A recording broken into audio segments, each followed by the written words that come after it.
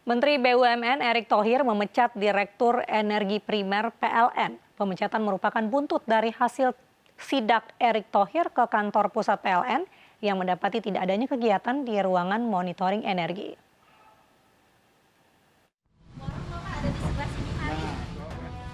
Menteri BUMN Erick Thohir telah memberhentikan Rudi Hendra Prastowo yang merupakan Direktur Energi Primer PT Perusahaan Listrik Negara.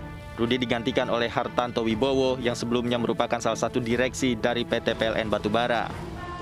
Saya lihat langsung kemarin bersama Pak Menteri ESDM, dari hasil sidak juga ya, terlepas ada situasi COVID, saya sangat memaklumi dan itu perlu dilakukan untuk lockdown.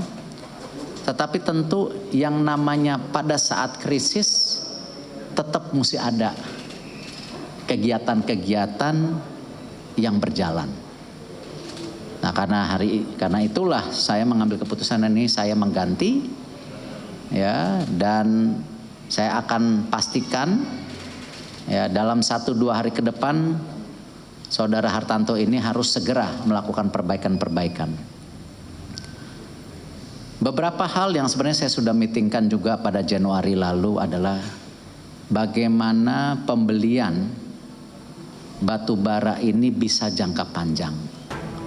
Sebelumnya Presiden Joko Widodo mengingatkan agar kebutuhan dalam negeri dipenuhi sebelum mengekspor ke luar negeri.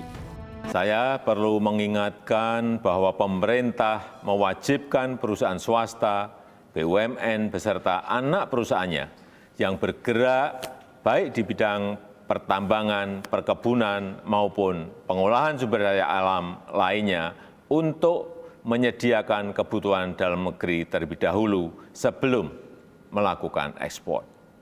Ini adalah amanat dari Pasal 33 Ayat 3 Undang-Undang Dasar 1945 bahwa bumi, air, dan kekayaan alam yang terkandung di dalamnya dikuasai oleh negara dan dipergunakan untuk sebesar-besarnya kemakmuran rakyat.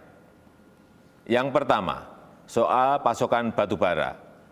Saya perintahkan pada Kementerian SDM, Kementerian BUMN, dan PLN segera mencari solusi terbaik demi kepentingan nasional. Prioritasnya adalah pemenuhan kebutuhan dalam negeri untuk PLN dan industri dalam negeri.